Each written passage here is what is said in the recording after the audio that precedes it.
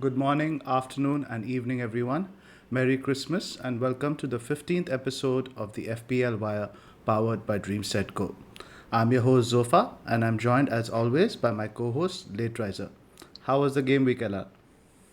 First of all, Merry Christmas to all the listeners. I'm wishing you guys a very happy holiday. And do not forget, again, I think this helped us last time around. Do not forget to like and subscribe to our channel. It helps us, and doing this first up actually tends to pick up the numbers. Week was good. Finally, 88 points, a nice little climb from 2.95 odd million to 2.3 odd million. Really happy with that. I got in Tony Marshall, captained him for Gabriel, captained him instead of Bruno. Something I would have done 10 out of 10 times. It's something I did last year as well, very often. And I just thought that I was actually thinking of saving my transfer last week. And then I was talking to you about it. And I was like, uh, I don't really want to play against my natural style. And if I was confident and if I was having a good season, I'd have made this move almost every week because Marshall did look sharp in the previous game. And the Leeds fixture was there for the taking. So went for it. It worked out. I'm very happy with the rise. Great. What How about about you? your week? My week was good. Best week of the season so far. 97 points is a nice green arrow to go with it. Ideal before Christmas, and Chelsea won 3-0, so I'm a happy man. So we also have with us Twitter's Did stat you did, guru. you- did, you- did you have a look at the Premier League table though? Yep, I did. I did. There's this team sitting above Chelsea with a game in hand. Just thought I'd mention that. Who's it? No, Man City are not above hmm Chelsea. They're below. there's another team from Manchester. Okay. Salford? Yeah. Hmm. I'm just gonna milk it till it lasts because I don't trust that team. I do the same. I do Oh the same. God. Fair enough. So we also have with us Twitter's stat guru, Big Man Bakar. How's it going, man? Yeah. Thanks for having me, Zophar. First of all, Merry Christmas to everyone and Happy Holidays. The game week was a good one for me. I ended up on 83 points. Robertson, Salah, Martinez, and Bruno captain did the bulk of the scoring. So it shot me up the ranks in almost all of my leagues. So I'm fairly satisfied with how it went. I had Ollie Watkins though, which was a painful experience. I still have him, unbelievably, and he keeps on missing chance after chance. Is infuriating. But other than that, like I'm very happy with how things went this week. There's another 6 million striker who did pretty well this week. Who are we talking about? Who are you talking about? I'm talking about Bakar's favorite. Oh, Also another question. Oh, that guy.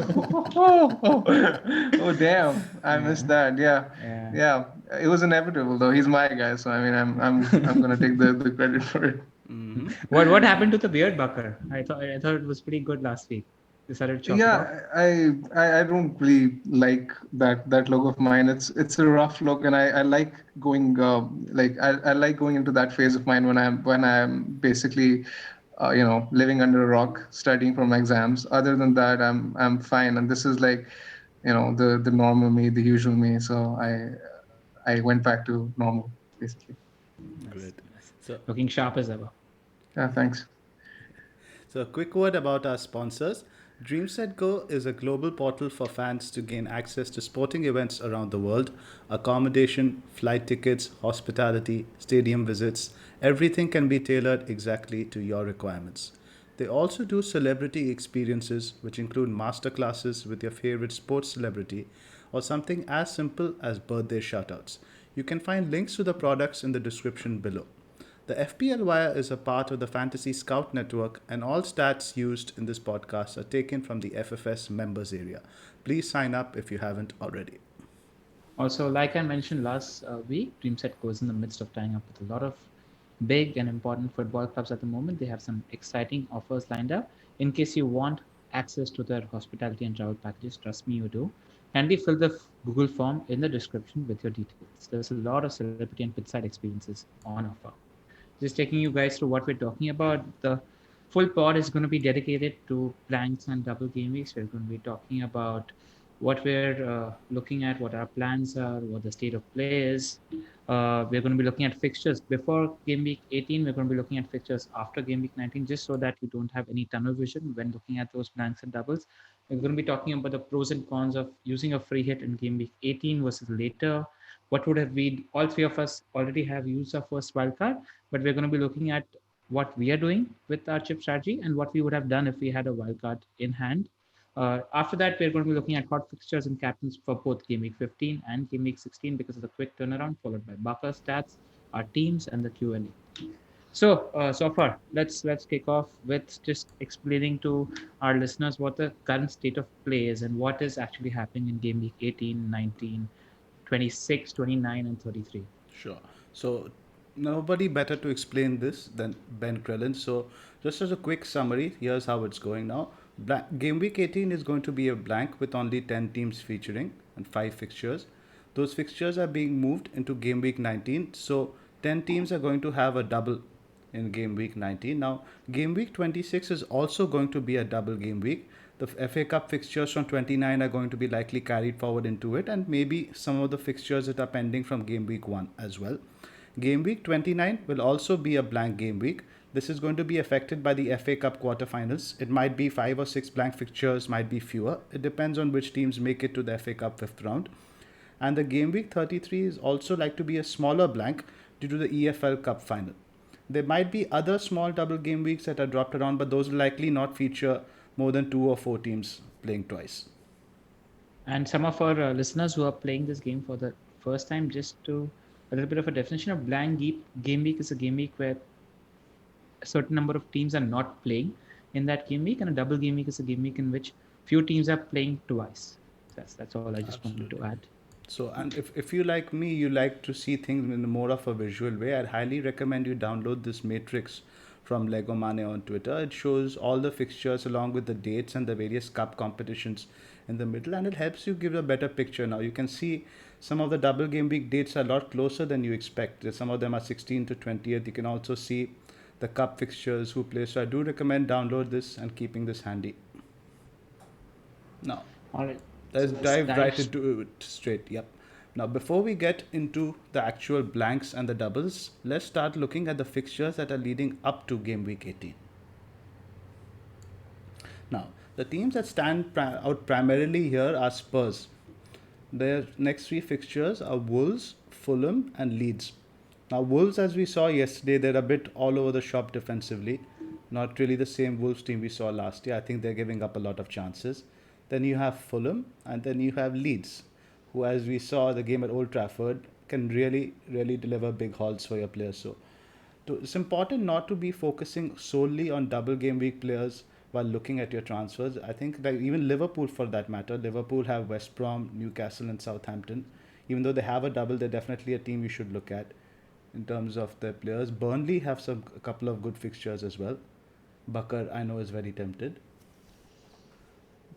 So, what do you guys think about this? Which players are you guys looking to get in for this run? Yeah, it's something I spoke about in my article that I wrote for the Scout as well. Where you should not focus just on the double game weeks. That's why I got in uh, Martial last week because the Leeds fixture was there for the taking. It's something I did last season before the Liverpool double game week as well, where everybody was focusing on Liverpool players and Aguero had that game against Aston Villa, and not many people were looking at that fixture because people were so focused on those fixtures in game week in the double game week. So just it's important that we're doing this. It's important that we're discussing game week 15, 16, and 17. Uh, I'm currently looking at least I haven't owned a Spurs attacker for a while now, and I'm looking at least one of them. Currently, I ran the comparison between Kane and Son as well in the past 4 or 5 game weeks, and Kane is substantially outshooting Jungmin Son at the moment. And I feel like Wolves and Fulham, where I expect the opposition to sit, they're more Harry Kane fixtures as well. So he looks like a better pick if you can go for just one, because I think people are going to be having to make decisions between the big hitters in this period. And Leeds looks like a Jungmin Son fixture because of the space that they leave behind in the defense. Outside of that, where very important to look at Leeds also because they have a very good double game week in 19 from an attacking point of view. And they have good fixtures. They have Burnley, West Brom, and Spurs. So, from an attacking point of view, Leeds look like a good bet at the moment. Arsenal, Sheffield United. are teams that I'm not looking at the moment. West Ham is a team everybody should consider because they, in my opinion, have the best set of fixtures in game week 19, which is a double game week. They have two home games against Burnley and West Brom. Worth looking at their players because they have decent fixtures in the lead up to game week 20 as well. Anything to add here, Bakar? No, I completely agree with you. City and Spurs are the ones I'm looking at. Um, I'm assuming most of the other FPL managers who are looking at the double game week and game week 18 are going to be loaded up on Son, probably Kane and De Bruyne, given the fixtures that are coming up for City and Spurs. Other than that, I'm looking at Kufal in from West Ham because I think West Ham could actually get two clean sheets in that run in the double game week versus Burnley and West Brom. I think they have the most favorable set of fixture, and I have some stats later on Kufal as well, so I'll bring those up later. Other than that, when you look at the teams, when I look at game week 18 in isolation, I don't really see too many predictable results, anyways. When I look at Arsenal against Palace, even though that looks like a favorable fixture on paper, I'm not really sure which way it would go. I won't be surprised if Palace nick that game 1-0 or 2-1. So as of now, I'm not overly focusing too much in game week 18 because I don't see too many standout results other than City versus Brighton and maybe Spurs against Aston Villa. So I mean, we're likely to have their players anyways. So I don't think game week 18 is as much as a matter of concern as game week 19 is, because I think the points can be maximized and the upside lies in maximizing the double game week players in 19 rather than having blank players for 18. But good that you mentioned Man City right now because so far we've been chatting about these fixtures for the past couple of games, for the past couple of days. All we've been looking at is and staring at is the fixture ticker. I think those City fixtures are defining your strategy in terms of the double game week. What is your thinking with the City fixtures? So the thing is now, even though City do not feature on this sticker very highly, I think the City fixtures for the next three are pretty good. That's Newcastle, Everton, and Chelsea.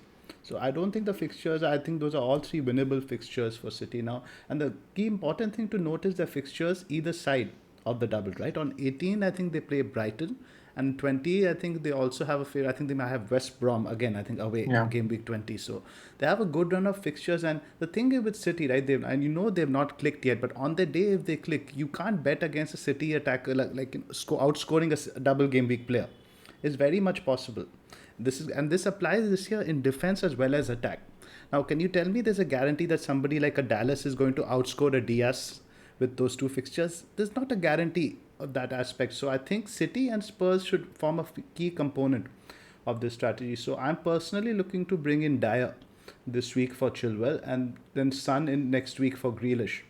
And we'll get into that more in detail. But I think these two teams are going to make this tricky period very easy to navigate. Yep, I think that's what our thinking was when we are sort of coming around to what double game week strategy, what black chip strategy we are going to look to apply, especially from a point of view where we've already used our first wildcard. The When we're talking about Manchester City, what I'd like to add is maybe I'm not very confident about them this year from an attack standpoint. Like I might consider losing De Bruyne for the Everton and the Chelsea fixture because both Everton and Chelsea are looking pretty solid in defense. But from an attacking point of view, uh, but from a defensive point of view, City looks like gold. They've kept clean sheets in 4 out of the last 6 game weeks. They are statistically very superior.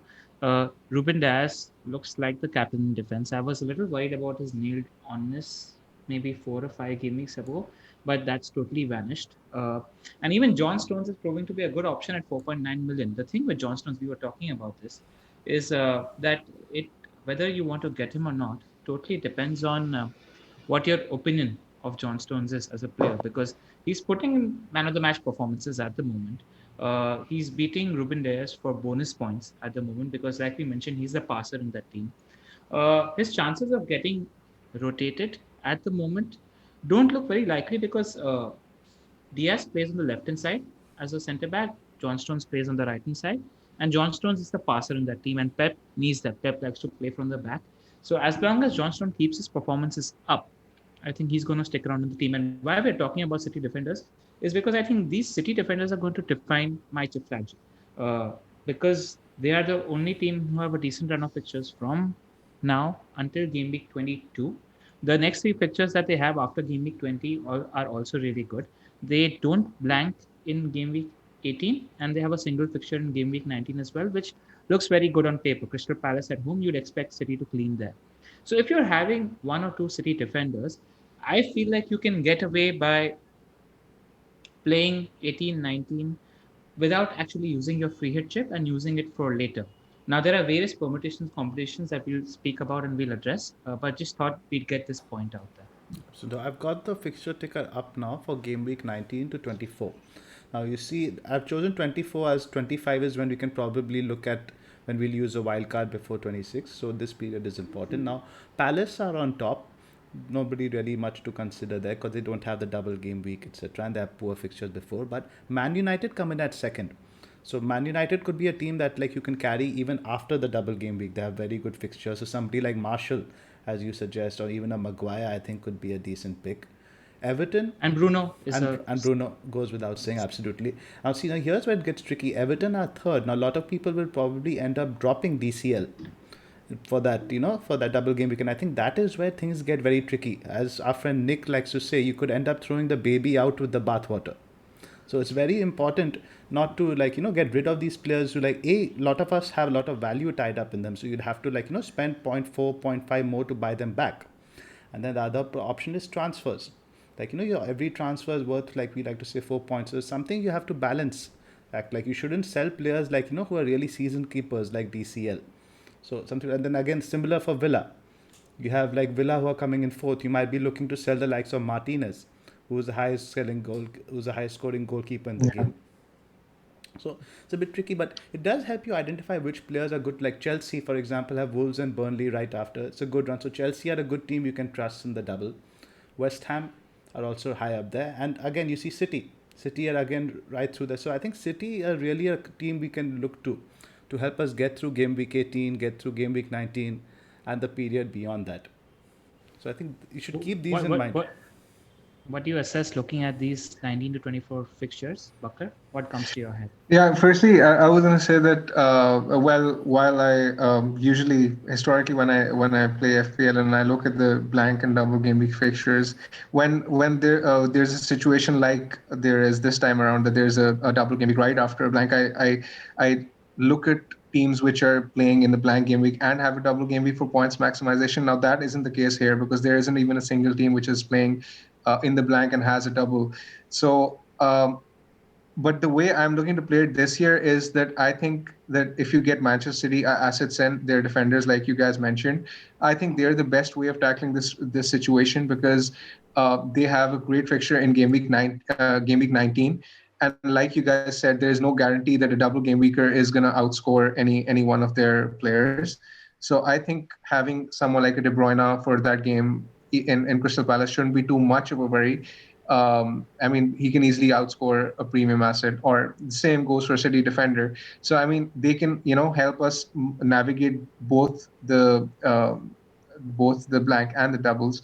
It's like, killing two birds with one stone. Other than that, after if I look at the fixtures after game week, 19, it gets a bit trickier for Spurs. So I guess they can be one of Kane or Son might be sold. United have Sheffield, Arsenal, Southampton in the next three. So I think United can be another very good team to target actually, because not only do they have Fulham in one of the double game week game week 19, but after that they also have Sheffield at home, and now in those two games alone, I mean, I can see United scoring three minimum. So I definitely have at least one United attacker, if not two, going into the run from game week 19 to 21, because I can see quite a few goals for United. I'd also expect them to score against Liverpool. So yeah, that's the way I'm looking at it. While you mentioned the Spurs attacker, I mean, this will just be a free-flowing conversation because I think what we're trying to do here is we're just trying to deduce what strategies are available for our listeners and what thinking is coming into, what thinking we are factoring while making these decisions. Yeah. I'll pose these questions to both of you all. I think all three of us are going to own at least one Spurs attacker in 18, maybe two. Do you switch him for a doubler in 19? that's that's tricky. Yeah, that's tricky. But I think I mean, assuming that there aren't too many other issues to sort out, I think I'd probably do it. Yeah, I think I'd probably sell one for someone like, even for example, I could do Son to Rashford, or Kane to Martial. I think that might be beneficial. The thinking is the fixtures after 19, which affect your thinking. Yeah, exactly. That's what I was saying. Yeah, just to mention to our listeners, the fixtures for Spurs after 19 read Liverpool at home, Brighton away, and then Chelsea at home. And then after that, they have West Brom at home and City away. So they're playing three of the top four after the double game week. So what's And your thinking there? Sorry, Bakar. yeah, sorry. While we're at it, it's I was just gonna say that these fixtures that Spurs are gonna have after game week 19 are very similar to the fixtures they've just had of late, where they're the tough kind of games where Mourinho tends to sit back. So it's worth mentioning that Spurs have been all at the in the bottom three for all the attacking stats over the past 3 or 4 game weeks. So like it isn't like, I know Son has been scoring really well, but I mean we've had this conversation before as well, that he's massively overperforming in his xG, and it's going to be found out sooner rather than later. So, I mean, I don't think it's too risky a strategy to sell a Spurs player in that run. Zoff? It's tricky because I have certain other plans which we'll get into discuss later, but I don't think they are necessarily bad fixtures for Sun. Like you say, it's not somebody you really have to say. Now, the tricky part is the fixture for 19 for Spurs is actually pretty good. It's Sheffield United away. Now, if you saw that game which they played against United, it was always a guy on the wing. They were able to play balls over the top. Rashford on the left side was getting a lot of joy, and that's where Sun is going to be playing. So I do think it's not as clear cut. Sun on 19, I think, could easily outscore even a Rashford, because I know you're optimistic about United scoring at Anfield. I am not so much. Now, if you look at United's double game week fixture, it can essentially be Fulham plus 2 points. So, and which is about as par, like it's not too much more difficult than say a Sun versus a Sheffield United. And if you're taking a transfer, assume it's 4 points. So it's a delicate balancing act that I don't think is as very clear cut. I think I'll make a decision depending on Spurs form at the time and how United are playing as well. Just to add a stat here, Sheffield United this game week they conceded 16 shots in the box to Brighton. I mean, a lot of that is down to Lundstrom getting a red card as well, but they've been in terrible form defensively. Absolutely. So it's not that clear cut inside, but we do keep these fixtures in mind when you're building your team. Don't. I think the main learning that we get from looking at these fixtures from game week 19 to 24 is that you can carry your City players post 19. You can carry United players post 19 if you're betting on a double game week. You can carry Chelsea players who have a double game week in 19, post 19, because they have Wolves at home, Burnley at home, a game against Spurs. After that, they have Sheffield United away and Newcastle at home. So these teams carry into good fixtures. Your West Ham defenders or your West Ham budget picks that you're going to go for, your Kufals and your Sucheks, they have a good run of fixtures after. That's Crystal Palace away, a game against Liverpool, then they have Villa away, Fulham away, and Sheffield United.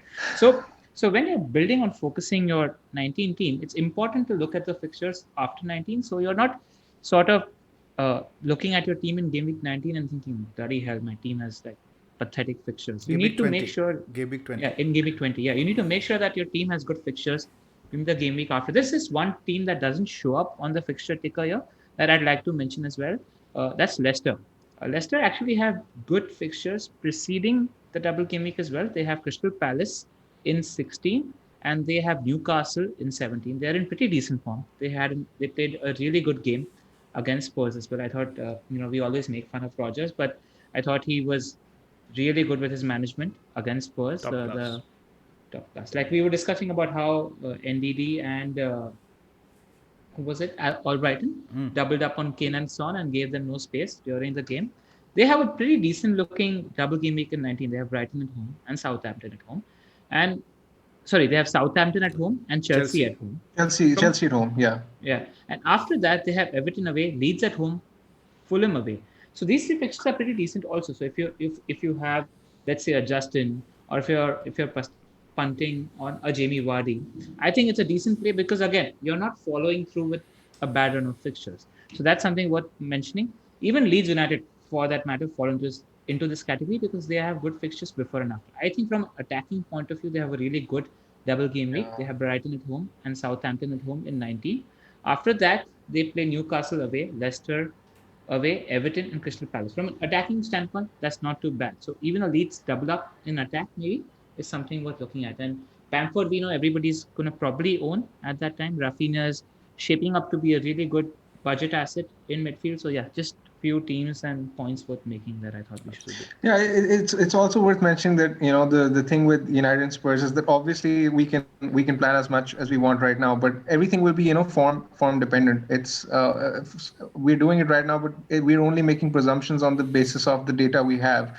But I mean, things can change regarding these strategies when game week 19, 20 approach. So I mean, Yep. it's important to keep that in mind, and nothing is set in stone. Yeah, that's exactly what I'm keeping in my mind when I'm actually thinking about how I'm going to playing forward. I'll discuss that when we're discussing our strategies going forward. Yeah. So I what? mean, yeah, sorry. Good. So what I looked at it primarily was I looked at it to evaluate which of my single game week players in 90 I'm comfortable holding. I look at this. I'm okay holding DCL. I'm okay holding Martinez.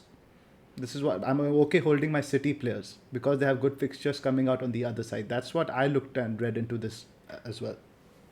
Also, you were not pretty hot on the double game week fixtures for teams. You thought there Yeah. weren't any standard fixtures. We'll I think get it's to a good that. time to now Let's look at the 19. let's first look at the blank and then we'll get into the Okay. double game week 19. Like Sure. Bakar mentioned earlier, now we have the fixtures sorted by teams in terms of priority. Now, what is immediately, as you can see here, there are only 4 teams in blue, and out of which 3 of them are Newcastle, Sheffield United, and Arsenal. 3 teams that really you cannot trust at any point in either end of the pitch. So that right here screams to me that this is not really a game week you can really use the free hit on. I mean, where would you go? Let's say Man City, you would maximize your 3. Newcastle, maybe I think the only player you'd feel comfortable punting on is on Wilson. The defense has been very poor of late. There's literally nobody else you'd go there. Sheffield United, absolute minefield. Nobody you'd want to touch. They could. The thing is with Sheffield, but at the same time, I feel they could easily keep a clean sheet against Newcastle. What do you guys think? Yeah, but it's not something you can bank on. Precisely. Exactly. It's something which could easily go the other way as well. Precisely. So that's what makes it a very bit of a hard game banana to skin. predict. Similar for Exactly. Arsenal. If I was free hitting in 18, I'd punt on a Sheffield United defender. I'd be more inclined to punt on Yeah. the Sheffield United guy than the Newcastle guy, to be Agreed. honest. Yeah, fair enough. And In defense. in defense, precisely, not in attack, in defense. And then Arsenal, where do we even start there? Like, the only attacking asset who's like you really look at is Oba. So, who's really, I think he's injured right now, so we don't even know he'll be available then. Did you see Arteta's press conference Yep. after the game? My God, he came with percentages. He pulled up a Mourinho. 6% chances of losing, 10% chances of losing. My God. You think he turns it around? I'd like to think so, but I'd have some sympathy for him. I don't think they have a very good squad. Arsenal, if you look at the squad on paper, I don't think it is a top 6 level squad, but I do think they'll stay up. I don't think that's going to be a problem. But I don't think they'll get Europa League spots this year. There's too much competition with Southampton, Leicester, and all these other guys. Yeah. Just while you're talking about Arsenal versus Palace as a fixture, if I was on free hit, I'd definitely have Wilfried Zaha in my favorite team. Just before we're talking about Palace, it's just low-key one of those teams that have a fixture in 18, 19, and are on top of the season taker from game week 19 to 24. They have West Ham at home, Wolves at home, Newcastle, Leeds, and Burnley. So if your structure allows it, it's a decent hold through this period because Zaha isn't necessarily fixture dependent in my head as long as he's playing out of position. So just something worth considering. Absolutely. Yeah, I have Zaha in my team, and I think I'm going to be keeping him for 18. I think Arsenal is exactly the kind of fixture which suits him. I think Palace are likely to hit them on the break, and there's a very high chance that Zaha will be involved. You own him right now, or you planning? Yeah, I own him right now. Yeah, Nice. Yeah, I got him a couple of weeks ago. Yeah. It's tricky because Arsenal, even though they've been shipping goals, you look at the defensive numbers, shots in the box conceded, big chances, it's not that bad.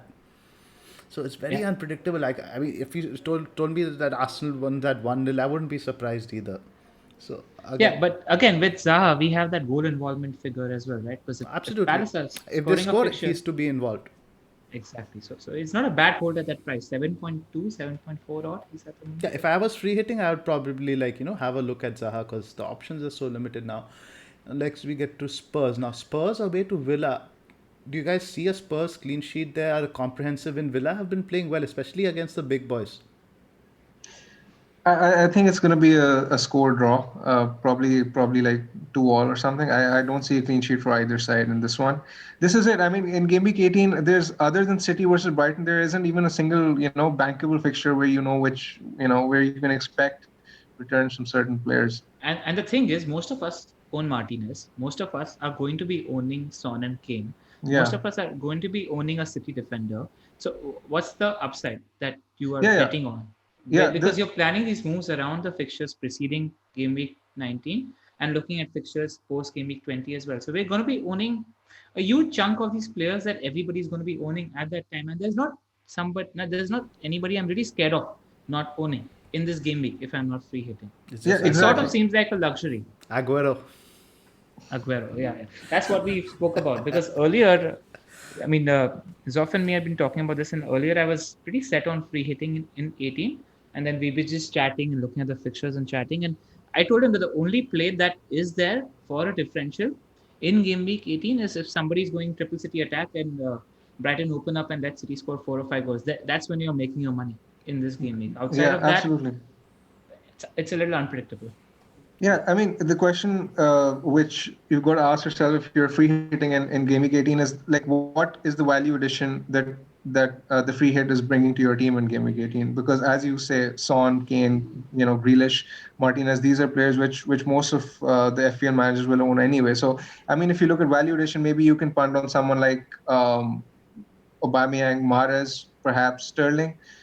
Some of these guys, I mean Wilson, but then again, I'm not sure any of these guys will go really big to make the the chip worth it. The good thing about City is that the FA Cup game is 4 days before this home game against Brighton. So we will get some clues in terms of the lineups Yeah, that Pep yeah. will go for. And Zoff, you mentioned they have a pretty easy FA Cup Yeah, game I don't as well. remember who it was. Let me just go back to Lego Mane's ticker and we can have a look there. Yeah, so yeah, they have Birmingham, like I said earlier. So it's not a Yeah, very tough team either. Birmingham at Right. home. Let's look at the fixtures further for 18. Right. So 18th we have the next now is the Wolves Everton game. Absolute minefield again. Yeah, I think most people own DCL. They might have gotten rid of DCL by this time because I think after Sheffield United, his fixtures get pretty grim, if I'm not mistaken. They So play Man this City. Yeah, they play Sheffield and then Man City. I think something like that. all right. Okay. Yeah. Yeah, just a point Yes. I'd like to make here. I think if I was free hitting in Game Week 18, I think I'd definitely be getting one of Podence or Neto. I think Wolves at home, their attacking numbers of late have been impressive. So I think one of those can be a good differential going into Game Week 18. You say that, but they were What terrible yesterday against Burnley. I saw the whole 90 minutes. They were absolutely awful. Burnley Yeah, absolutely dominated them. Dominated them. Like Burnley got off a lot of shots in that game. That's one of the reasons why I'm thinking right now I own Marshall and Marshall plays Leicester in the next game, and I'm wondering whether I am going to get Harry Kane next week. I'm wondering if this week is the right time to get him. Just prepone that transfer, even if it's for a hit, because Wolves didn't look very convincing.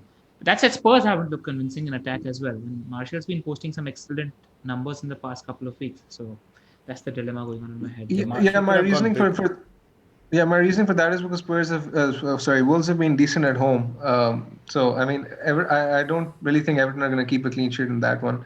And looking at the way Wolves are playing after Jimenez has been out, with him out, I mean, those are the only two guys who look like being involved anyways in Yeah, whatever they do. and Okay. and Everton's form from an attacking standpoint really depends on Dean's fitness because they're not creating a lot of chances at the moment. So if DCL is returning as well, I'd say his ceiling is a double return. I don't see him hat tricking or something of that sort against a Wolves team. So yeah, Yeah, that's the Carlo's thinking. gone a lot more defensive. He's playing now two center backs in the full back position. So the defensive numbers have actually improved a lot. So this has a 1-1 again an under 2.5 sort of goal feel to it. Yeah, that's why the De Bruyne sale is a decision of even though he plays 18, 17 and 16, Everton and Chelsea pretty decent defenses. So I don't know if it's a and City I haven't looked very convincing in attack. So I don't know if it's that straightforward a decision. Correct. I mean, if somebody like me who doesn't own Son, you're playing Kev against Everton and Chelsea versus Son against Fulham and Leeds at home, it looks like it's in favor of Son. That's the thinking that's going on. I agree with that, but then the twist to that is who will you captain in game week 18? Yeah, no. You get De Bruyne back for somebody else. You sell either a Salah or a Bruno for 1 week and then get them back for the double. Correct. So it's booking in a lot of transfers. Again, those transfers could be more useful. So it's a delicate balancing act there. Yeah. You have to manage with that. So now let's look at the big one. Let's now look closely at the double game week 19 fixtures in isolation.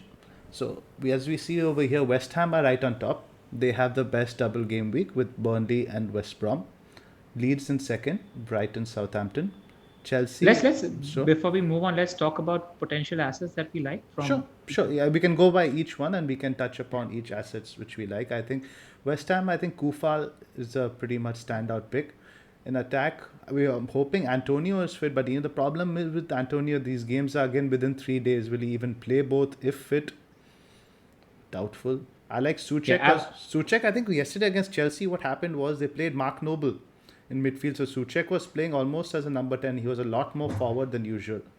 So I think Souček could be a decent pick. Who else do you guys like from apart from these two? I agree with these two picks. In fact, I was looking at probably picking up a West Ham defender this week, and I was comparing Kufal and Cresswell. Now, the thinking in your head is that Cresswell's on set pieces, so he might be worth the 0.6 million more that he is compared to Kufal, but Kufal's creating more chances than him by quite a distance as well. So for the 0.6 million less, Kufal is a no-brainer compared to Cresswell, based on what we've seen statistically at the moment. Absolutely. Antonio fit, he might be worth considering. Other than that, I don't really see anyone else because I mean there's Bowen and Benrahma, but like the points are going to be spread in the midfield. It's very hard to predict who's going to end up getting points. Kufal is the only one I like at the moment. Benrahma is the punter. Like I don't see Moyes playing Noble in a game against Burnley and West Brom. I think he's going to be going on the attack. He's going to be going for 3 points. I fancy a little bit of Benrahma in these two home games. Yeah, if he shows some evidence of form, I might go there as well. Absolutely. I think that's good. That's probably, I think you're right. He won't play Noble, but there's no really a third attacker or a third pick you can really justify. Maybe Fabianski. Yeah. Even if Antonio is fit, you're not really trusting him to play 2 games back to back. That's the problem. worry in the head. That's the concern. Now, next Moyes did mention that he doesn't see Antonio. He doesn't know when he's expecting Antonio back. So it doesn't look like it's going to happen next week. It's dodgy. Let's move on to Leeds. They have Brighton and Southampton, both at home. I think first let's look at the defense. I think the Ayling versus Dallas debate from game week 1 has finally been settled, and I think it's due to a bit of fortune with Ayling now moving to centre back, Dallas playing on his natural side. His numbers are really good. He's taken 7 shots in the last 4, all from open play. So yeah, I'm just hoping that Leeds have a fit centre back by that time, and Ayling is playing on the wing. As in the wing back in his right back position, because I own Ayling at the moment and I'm not wasting a transfer switching to Dallas. I wouldn't even recommend, if somebody was bench boosting in 19, I wouldn't even recommend bringing a Leeds defender in this game because I can see both Brighton and Southampton scoring against Leeds United. Both teams are pretty good in attack. I think when it comes to Leeds United, the money is in the attack. Bamford is somebody everybody's going to own.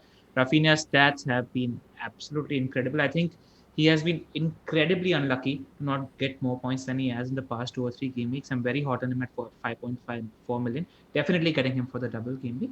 And Rodrigo has emerged as an option as well.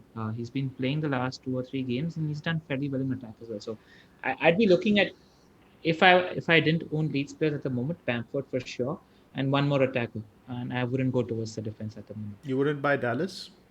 I wouldn't buy Dallas. I mean, you're going to be hoping that a 4.5 million defender is conceding 3 or 4 goals. It's on 0 points, and there's a 4 or 5% chance that he's going to be scoring a goal. I wouldn't want to bet on. Clean sheet sports. And there's also the 3 yellow cards factor, right? If he, let's say, picks up a yellow card in any of these next 2 games, and he could even miss one of the games in the double. Yeah, that's a good point to bring up. Yeah, on the whole, I agree with the conversation. I fully expect Leeds to concede in both of their games. Their defensive stats have fallen off a cliff. I have some numbers on that one for you guys later. But yeah, the money is in the attack. The only two players I'm looking at are Bamford and Rafinha. I own Bamford already. I'll most definitely be buying Rafinha. Um, because Leeds are the kind of side I fancy to score against anyone, and at home against Brighton and Southampton, I'm sure they'll be amongst the points. I agree. Chelsea, your boys so far. It's interesting now. First, let's discuss from the attack perspective, right? And see, Timo Werner. Let's talk about Timo Werner. Even yesterday, oh, it was terrible. I think he had two chances where you really would have bet your house on him to score, and he just hit them straight at the keeper.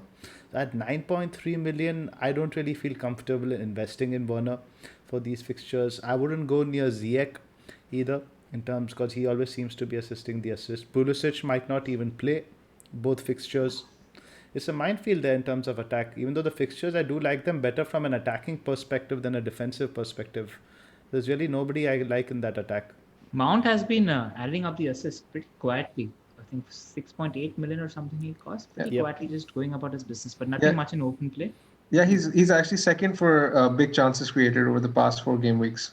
So his numbers aren't bad for creativity. Most of them are set pieces, though, I think. Set pieces Yeah, at the yeah, moment, yeah. that's true. Yeah, that's So true. it Yeah. doesn't seem like it doesn't seem like a pick that screams points. To be honest, it's something that might trickle around with 5-6, 5-6. A double is not bad, but not one that is really exciting as a pick. Worth monitoring what the injury status is of the fullbacks, because the double Chelsea double. Even if you want to go for a Kurt Zuma, I think I'm all for it, because the fixtures after 19 for Chelsea are pretty good. So investment in Chelsea is a decent option if you're convinced, because there are fixtures after that. In defense, With Werner, my thinking is that if he gets a goal or two under his belt, I think it's a confidence issue also at the moment. Like when it comes to a striker, he needs to feel getting a goal. I think if he puts a couple in, I might be tempted to go there, because I think I'll be having Harry Kane, and that might be a temptation in terms of whether I want to move for a Martial or a Vardy or a Werner at yeah, that I point. think it's a better double than Marshall's at least because they both play Fulham, and that one other one fixture is Leicester versus Liverpool. So if you're picking between Marshall and Werner, Werner probably would be the more explosive punt in these fixtures now. I don't know. I feel like you're overestimating the Liverpool defense a little. Even if you think about the Palace game, if you saw the game, Palace did have their chances. They just weren't finishing. Yeah, that Zaha chance, especially where he played the ball Yeah, behind him, that yeah. really should have. That's why I'd be confident of a goal or two, because it's not like Liverpool are razor, tight at the That's moment and fair. not conceding their That's fair. chances. Yeah, I mean, I expect that game to be similar to the Spurs game, which Liverpool played, and they conceded quite a few big chances. Bergwijn had a few, and he didn't score. So I mean, I'd expect United to score once on the break at least. Fair. Yeah. No, just That's thinking fair. that our thinking in terms of the Liverpool defense needs to just shift a little, Realign because a it's little not bit. like they're. Yeah. That's a valid point. I'd agree with that. And another point, I see now people expecting Reece James to be available again now. Even if Reece James is fit, I'd suggest people avoid him because of his knee issue. I don't see him playing both. With these knee issues, as we've seen with Ledley King, etc., in the past, you can play one game a week. When you have to play twice in the space of 3 or 4 days, that's when things get tricky. So if Chilwell is fit, you can consider him. Thiago Silva also, I guess, could be considered. Maybe the goalkeeper Mendy because he has good fixtures afterwards. Chilwell, but I wouldn't go near Reece James even if he's declared fit now with these injury concerns. Fair call. All Fair right. call. Liverpool, they're the two home fixtures with United and Burnley. I think this is where the money really needs to be going. Who are you Actually, guys we looking at? we discussed the fixtures that they have right now. So if we have somebody who's on wildcard and is definitely free hitting in game week 18, Liverpool is the team to target right now, because they have good three fixtures. I think it's West Brom home, Newcastle away, Southampton away, going into United and Burnley at home in the double game week. So uh, if I was in wildcard, definitely free hitting in 18. Triple Liverpool is a serious shout, and even a differential in the terms of Mane. He looked pretty sharp for those 60 minutes against Palace as well, and he hasn't looked that sharp since a while, and he's a streaky guy as well. So he's somebody. I mean, I'd recommend as a punt. right now because I feel like he's going to offer value over a De Bruyne at the moment because of how City are attacking. So just a shout and have to go for one of the fullbacks as well between Trent and Robbo at the moment. If there is a discussion, I still prefer Robbo because he's making Trent look really good. In terms of I was worried about him when I saw him against Fulham because he just didn't look up to speed, but he looked fit in the last game. Some of his passing was quality. I think twice he assisted the assister as well in the Palace game as well. But Robertson's just making more runs into the box. That's why I prefer him at the moment. I'd agree with that. What about you, Bakar? Who are your picks for Liverpool? Yeah. Yeah, I have Robertson and Salah in my team, and I'm very happy with those. I might add another one with either Mane or Trent if the opportunity arises before game week 19.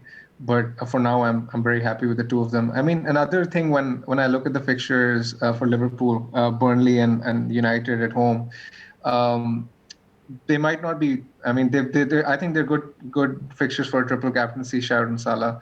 We haven't discussed this yet, but I think Salah can do fairly well in these fixtures. I remember not owning Salah for Liverpool versus Burnley last season, which was basically post restart. They played Burnley, and I got away with it. Actually, he blanked in that fixture, but I Nick remember him Pope. having chance after chance, Nick Pope chance made after chance. ridiculous saves. Yeah, yeah. Nick Pope went Yeah, mental that week. exactly. But I don't really see that happening time and again. Burnley against the top sides, they usually tend to crumble. So I think these are a very good set of fixtures for Salah if you're considering a triple captaincy in game week 19. Bakar, you're a stats guy. Bobby Firmino. Yeah, He's been posting some good underlines. he's right up there in terms of underlying numbers in the past 4 to 6 game weeks. He's up there in the tables as well. I notice he's getting far more shots inside the box and big chances than he tends to do usually. Why I didn't bring him up because I think there are better options, better value options out there. I'd rather double up on the defense, for example, rather than invest in Firmino. Trap, you think? Trap? I think so. Yeah. I mean, if because of this rule that you can only own 3 players from a particular team, I'm not really looking at him, or else I'd be considering him more with more consideration.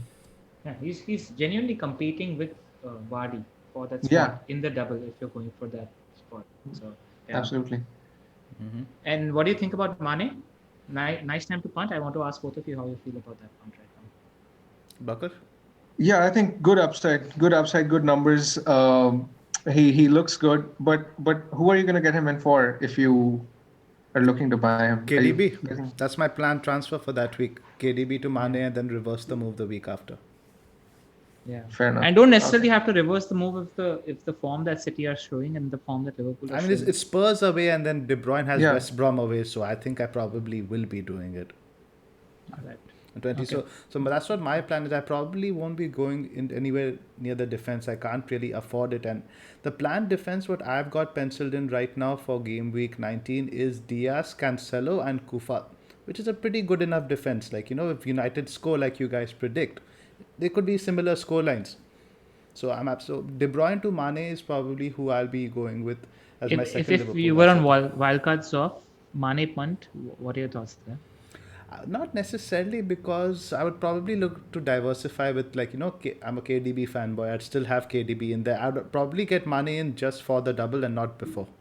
West Brom home, Newcastle away doesn't tempt you. Those are the two fixtures, money making fixtures in my head. Both scream goals for Liverpool to me.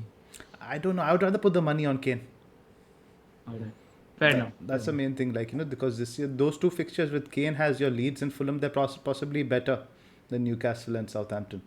Yeah. Just the thing also in my head is how disappointed Mane was. I like it when they get into a little bit of Yep. this It's selfish. hunger. The hunger is there. It shows. I just feel like it's a good punt. It's a really good punt from a bigoter for the next two fixtures. Possibly can't get a better set of two fixtures back to back also in my head. Yeah. Maybe Leeds. That's it. 2 easy games. Yeah.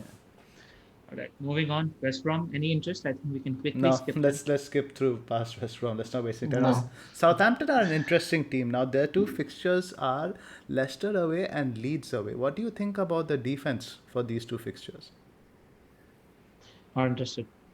Because a lot of Yeah, people, I like, think I they think could. McCarthy is going to be a lot of people's second goalkeeper on the bench boost. The like of Kyle Walker Peters is probably going to be there as well because you need your cheap options, right? For the bench boost. If I was bench boosting, I'd be okay, cheap option because otherwise I was going to Because Fabianski you're going is to be some. carrying. See, ultimately, the problem is you Yeah. don't want too much heavy on your bench because you're going to be carrying those guys for the next week after. So you're not going to be buying a 5 million goalkeeper for your bench. Fair enough. Fair enough. Then McCarthy makes sense. The only one who tempt me otherwise is Meslier. Like, let's say they fluke one clean sheet against and Hove Albion that doesn't know how to put the ball at the back of the net. He could rack up saves in a game like that. But that's the only other option I'd consider in the cheap bracket. Absolutely. No, no. The thing with only reason I would possibly consider McCarthy is if you can, he has a good rotation, right? With somebody else, you can find someone you can rotate with. Because ultimately, if I get a second goalkeeper, I don't want him to be just a showpiece for the next of the 5 weeks. It seems counterproductive. So this is what I was getting at earlier. Like, is this a really good game? Because the cheapy options you're going to be looking at are primarily going to be from Southampton, Leeds, Fulham, Burnley, maybe even West Brom, right? These are the guys who are going to primarily West make Ham. and West Ham. Sorry, so you have your Kufal and all that stuff. So there are not that many great cheapy options out there, in my opinion, that you can really load up on your No, I bench. disagree. If you're bench boosting, you go a cheap keeper. That's debatable. In defense, you double up with West Ham. You go Yeah, for absolutely. a Kufal and a Crespel, or spend less and go for how cheap are Balbion and Diop. I don't know how cheap they are, but Balbuena's like I'd four and probably, a half. yeah. So I'd spend 4.5 on a Balbuena because they look like cleanable fixtures. West Ham have been pretty good in defense, and you go Suchek or Rafinha, and those are the punts that I'd go for on the bench. So it's a pretty decent bench boost option. I think it's less likely for all three of us because all three of us haven't used our have used our first wildcard, so it's difficult to achieve that ideal bench. But that's how I'd have gone if I was That's bench fair. boosting. Because yeah, I was just looking And at Southampton because I've seen a few drafts thrown around on the scout forums. Southampton form a big core of that in yeah, defense, and I don't like those two fixtures. Different now in terms of attack, I think these fixtures are not too bad. They have Leicester and Leeds Yeah. away, so I think yeah, like somebody like Adams could be a good 1 week punt if you want to go like somebody like DCL. yeah. Leeds is a money making fixture. So you see if you can fluke something against Leicester, but Leeds there will be points for the Southampton attackers. Even Walcott as a punt, we've been discussing this previously. Yeah, I just looked into because I need to buy either Rafinha or Walcott next week. And I looked into the numbers. Rafinha is outstatting Walcott by a distance, and that's visible in the eye test as well. But if you have one more cheap midfield spot available, Walcott's worth a punt because you can see Walcott doing something against the likes of Leeds who are giving them so much space, and Walcott's consistently making runs behind. especially if he's up front. I think if Ings continues to be injured, then Yeah. Walcott goes up front. Then I think it might be worth punting on. Yeah, agree. So let's move on And from decent fixtures following 19 as well for Saints. Just thought worth mentioning yeah, that. yeah. Then United, as we discussed, good fixtures after. In terms of defense, though, I don't really like this double in terms of defense. Liverpool away, Fulham. I think have you guys kept an away clean sheet this season? No, right? No, my problem with us this season is I don't trust our defense, so I Mm, wouldn't go there. yep. So you can't really go near the defense. In attack, we're all probably going to be having Bruno. That's a given. Now, like as your second attacker, would you like to punt on? You mentioned somebody like Rashford for Sun. Would you go there? Marshall. Marshall. Marshall. Marshall will be your second punt. Yep. Bucker. He's on it. He's Yeah. very streaky, and if you, I mean, he missed a couple of chances. That's something very anti-Marshall as well. If you think about Marshall from the last 4 or 5 years, you don't think of him to be a consistent guy, but you think of him as a really good finisher because his conversion rates have always been good. Now in the last this year post restart, he was really good in the post restarts, but this season he's sort of somewhat just taking that one extra touch. Because of which I'm not trusting his finishing at the moment. But as a player, he's very streaky and he looks on it at the moment. Decent punt. Yeah, his stats are getting better as well over the past 2 or 3 game weeks. He's doing better than he was at the start of the season. Are you I sure it's not remember he just did. Leeds? I think it's just Leeds making him look good because most of his stats, I had a look, it could be just from this one game. No, No, he I, posted good I, I numbers in the previous game as well. Okay. yeah, that's exactly what I was going to come to because I remember earlier in the season he was barely having a shot in the game despite playing up front, so he was horribly short of confidence. Yeah, he should promise against Sheffield United. Interesting. So Marshall over Rashford for you guys. Yep. There's a Yeah, I think Martial is a better pick in isolation. When I when I look at both of them. 'Cause I've There's a always 1 looked at million odd Marshall price as difference to factor as well. okay. I always look at Marshall as But a home player. That's why I was saying like, these two away fixtures I sort of like for Rashford more. The stats it, are it that also depends a lot on your structure. I mean, for example, if you have someone like a Son, it's far more convenient to sell him for Rashford. fair, fair. Just know that in that restart period, in the 9 games or 10 games that he played last season, post restart, he flushed out like 12 or 13 goal returns. So that's pretty substantial. And people talk about him being streaky, but people forget that he scored 17 goals in the Premier League last season. Now that's not a small number, and that was without penalties as well. So that's one of the reasons when I first looked at the prices for players, Marshall struck out to me as an underpriced guy. And I've always believed in him as a player as well. So I'm all for it. I think he's underpriced still. Right. So let's just cover one more team. I don't think really you need to go into Fulham or Burnley much. Both their doubles are like not very attractive at all. So let's look at Leicester, Southampton home and Chelsea at home. Again, I don't think the doubles are great because the Southampton and Leicester, I think now there's forever going to be a bit of feistiness to this fixture, right? Yeah, I mean, this is a good one for Vardy, I think. But other than that, I won't be looking into any other Leicester assets. I'd expect them to concede in both games as well. The likes of Madison, Tielemans, etc. They aren't that dependable for FPL. So Vardy is basically the only guy who would I'd You give think he's serious worth 10 consideration. million considering you probably will want a Liverpool fullback, you're probably going to want Salah, probably going to want Bruno. It's a price Yeah, I don't issue, think right? so. Yeah, exactly. At that price, I don't think he's gonna provide value for money. Um, No, I and disagree with you guys. I'd go there because in 21 and 22 they played Leeds and Fulham, so the follow-up fixtures See, are that's a there good for point. me. That's a good Yeah. point. So yeah, and Southampton and Chelsea, right? Like let's say Leicester in these 2 games scored 2, maybe 3 goals. That's 2 or 3 returns for Vardy because he's going to be involved in those goals. They have sort of like a talisman theory like Spurs, where if Leicester do score, Vardy's involved. So that's just it's a decent play because the follow-up fixtures are good as well, and they're 2 home games. It's I mean, the home interesting. form has been bad, but just the follow-up fixtures are worth paying attention. It's interesting because the three pretty much, I think, strikers vying for that position from our discussion. What I can surmise it's like Marshall, Werner, and Vardy. Yep, yep. I don't think you can afford more than like one of those. Ings, if he's fit, Leeds, you can't ignore his fixture. But Ings had worry, right, with the it was a hamstring injury this time, not a knee injury. Was he going to trust him to play 2 games? Because keep in mind that Leeds game is going to be very intense in terms of physical demand. Agree. So yeah, Ings is something to watch out for. yeah. It's a good point you raise about Vardy that his fixtures after 19 are very good, but then again he's almost 2 million more expensive than Martial, and Martial has Fulham in one of the double gaming fixtures, and then Sheffield in 20. Would you rather have Martial plus 2 million or Vardy given those fixtures? Because fixtures are more or less the same for both. I know the answer to That's this one. no, it's Yeah. worth thinking about, and it's actually I'm going to talk about my strategy in terms of transfers that I'm doing moving forward because I've been doing a fair amount of planning.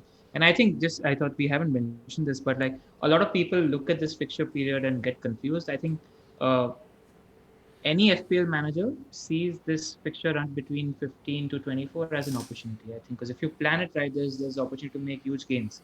I only see Absolutely. chaos as an opportunity to make gains. No, I'm pretty excited. absolutely. So now that we've discussed all these factors, I'm going to put you guys on the spot. I want each of you to tell me what strategy you would adopt if A, you had your wild card, and B, like we are in the situation now, so which is going to be probably the strategy you are adopting if you've already used your first wild card. Pranil, you go first. Okay, I'll talk about what I'm doing at the moment. And earlier, while I was leaning towards free hitting in 18, uh, the news that broke out yesterday in terms of there's going to be a pretty big uh, double game week in 26, and then a blank in 29. I think it was advantageous to us who have burnt our first wildcard because I think after game week 20, the playing field is leveled because there's a big double game week to take advantage of in 26. Now, the teams that are going to be playing in 26 as a double are likely not going to be playing in 29. And the teams in 29 aren't going to be very good teams. So I'm expecting a similar sort of blank game week in 29, except we've always seen that one good team sort of has a fixture in Game Week 29. Last year it was the likes of Liverpool, if I'm not mistaken. So it becomes easier. But I just don't want to think about 29 when I'm building my team for 26 and the future.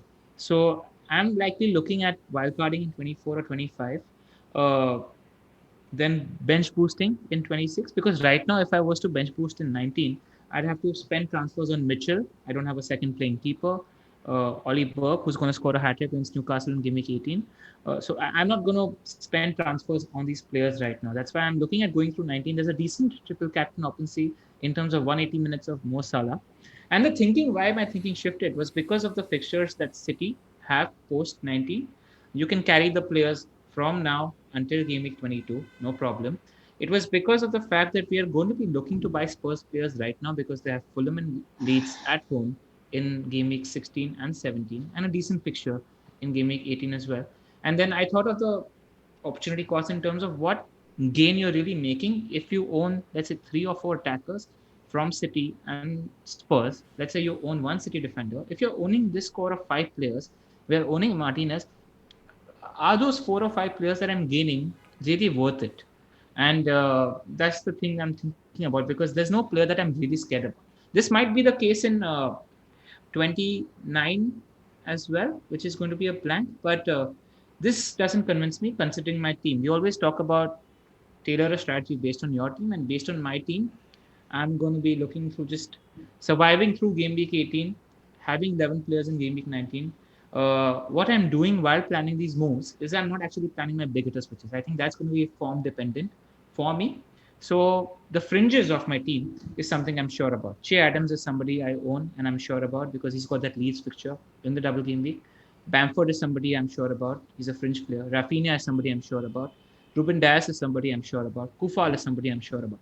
These five or six players on the fringes can help you see through 18 and 19. And then the big hitter switches is something I'm going to decide on a week-to-week basis based on form. I don't want to preempt those transfers. So that's what I'm doing. So someone now, if they like for the who still has their first wild card, how would you play this? If I had a wild card, first of all, if you have a wild card and it's your first season playing FPL, you need to make sure you use it latest before the deadline on Monday for Game Week 16. So make sure you do that. If I was wildcarding, I'd look to bench boost in 19 because you play what's in front of you. And there is a bench boost worthy bench like we spoke about. If you're doubling up on the West Ham defense because I see clean sheets there, and you're spending in attack, your benches Suchek and Rafinha, I think you're sorted for a bench boost. The dilemma in my head is whether I'd use the free hit in 18 or in 29. Now, it's just something I want to discuss. Let's say if you use the free hit in 18 and you are then using your wildcard in Game Week 25, you're since you're bench boosting in 19, this entire scenario is if I had a wildcard. My first wildcard in hand, which I'm using now to bench boost in Game Week 19.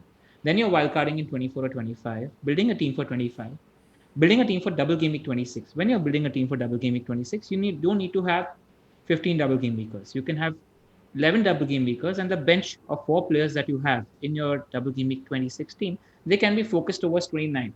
And then with three or four transfers, you build towards 29, and then you sort of have a middle ground. But it just doesn't convince me. Where when I'm wildcarding in 25 and I'm building a team for 26, I'd much rather feel better about my team if I'm just not worried about free hit 29. And because of the fact that Spurs and City have players that you can carry pre the double game week in 19 and 20, I'd look to save my free hit, even if I was wildcarded in game week 18. I'd free hit in 29, I'd wildcard in 25, play 11 and 26. That's what I'd do if I had the wildcard in hand at the moment. I agree. Bakar, have you come up with a plan yet? I know you've been traveling this week. Yeah, so what I'm looking at is I'm definitely not using a chip in Game Week 18. Game Week 19, the only chip I'm looking at is my triple captain. As I alluded to earlier, Salah is tempting me given his fixtures, but then again that is form dependent. I'll make a decision closer to Game Week 19. Other than that, historically, I like playing my bench boost right after I wildcard, and it served me well.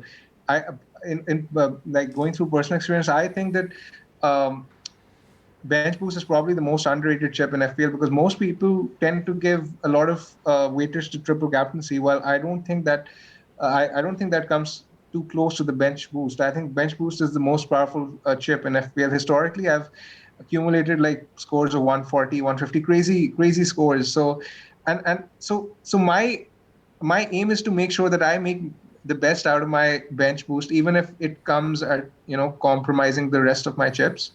So when I look at that, I think the best opportunity for me to bench boost is in game week 26 as someone who's already wildcarded, and I'll for that reason alone I'll wildcard in game week 25 just so that I can give myself the best opportunity to get the best players in for game week 26.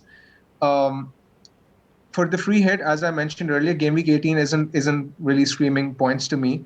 So I'm rather looking to use that in game week 29, so that when I wildcard in game week 25, I can navigate the fixtures and I can make my team according to the fixture run I have without actually incorporating game week 29 into play, or else I might run the risk of compromising my bench boost. Makes We're on the sense. same chip strategy. Okay. Yeah, more or less. Well, are you triple captain in 19 as well? Form dependent. Yeah, precisely. Yeah, just worth mentioning also that we might have a small double game week in addition to the game weeks that we've spoken about. So there might be other opportunities to triple captain as well. So that's why I'm leaving it open as form dependent. That's just Also, we aren't really sure when the Villa Newcastle game is going to get rescheduled, which might bring other factors into play as well. So I would also while mentioning just one other point that I thought about while saving the chips for free hit for later is we're still in a COVID world, so you don't know what's going to happen in the future. Just thought it's worth mentioning that like there could be more opportunities. That's one of the reasons because 18 doesn't look as attractive anyway, and with COVID you don't know what's going to happen. I think I hear there's a stronger strain in the UK and the London's going into tier 4 and all of that. So just something worth monitoring. I agree. So going back to what you said, Bakar, about the bench boost, I would disagree slightly in it being the most powerful chip. Now, what the triple captain essentially gives you, right? I like to think every week you have 12 players. You have 11 plus the captain, who gives you an additional player. So with the triple captain, you're getting essentially 13 players. So with the Okay. bench boost, you're getting additional 4 to your 12. So you're getting 16 players. So Yep. more powerful. But I do think, in fact, the most powerful chip apart from the wildcard is the free hit. Because free hit, you're getting essentially possibly 11 completely new players. Like I remember I played it even in game week 38 last year. I got like around 50, 60 points on from it. So I do agree to a certain extent that the bench boost is quite useful. And you should be like, played in the proximity to a wildcard because that's when you have a closer idea also of A, team selection, B, form. So I'm totally on board with the idea of wildcarding in 25 and bench boosting in 26. So, and in terms of like, my strategy, I'm pretty clear on it. I'm going to navigate game week 18 with around 6 to 8 players, the core of which primarily is going to be Man City Spurs, along with DCL and maybe some Villa. Game week 19, I'll probably go with like, 6 to 8 double game weeks. And apart from which, I'll have your Spurs and your Villa players.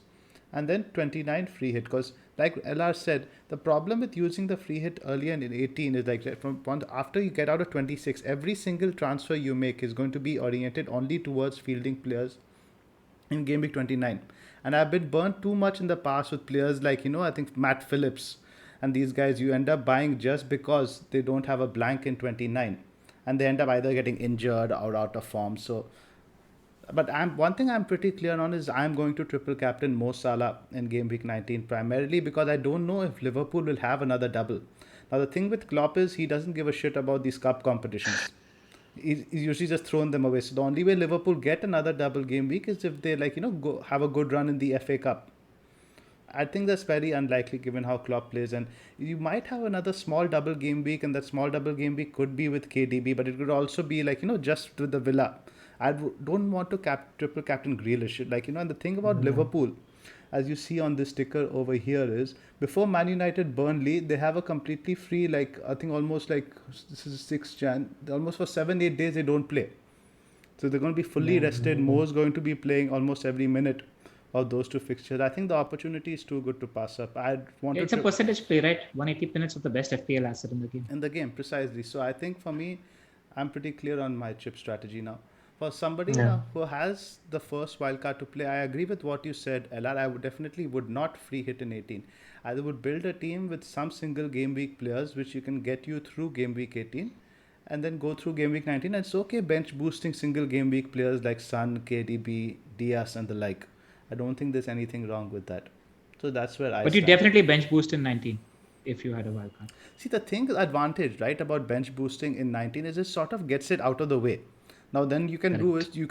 is you don't have to wildcard a game week earlier. You can't use the chips obviously in the same game week. You can wildcard directly in that week and you can focus all your money in the first 11 in game week 26 without all these, bench players we will probably have to carry for the remaining 12 weeks. And you don't have to worry about holding players who play in 29 on the bench. So you're really focusing on a great team 26 onwards, Precisely. which is like a huge advantage. I think it's underrated. Absolutely right. And that is what Yeah. I think. I'm pretty clear on what I think is the best strategy for both scenarios. All right. No, I think in terms of building a strategy for non-wildcarders, I think it's very team dependent. If Yeah, if you that's are what if you totally true. don't have players for 19 who, if you don't have the fringe players, right, fringe players in terms of Bamford or Che Adams or something of that sort, free hit 19 and playing no chip in 18 is also a play because there are decent enough fixtures to take advantage of in 19. So it's tailor made to your team. Yeah. That's the idea that we are uh, sort of encouraging on this pod where we're giving you all the relevant information before 18, during the double game weeks, after the double game week, and then you need to sit with a pen and paper, plan moves, and think about what suits your team the best. Right. So I think that's pretty much it for the double game week discussion. We've done over How an many? hour. How much did we do? That was fun. 70 minutes. 70 minutes on blanks and doubles. Yeah. Dude, that's Nice summary. Let's move on quickly now to the fixtures and captains. First, let's look at game week 15. Let's start with Leicester United.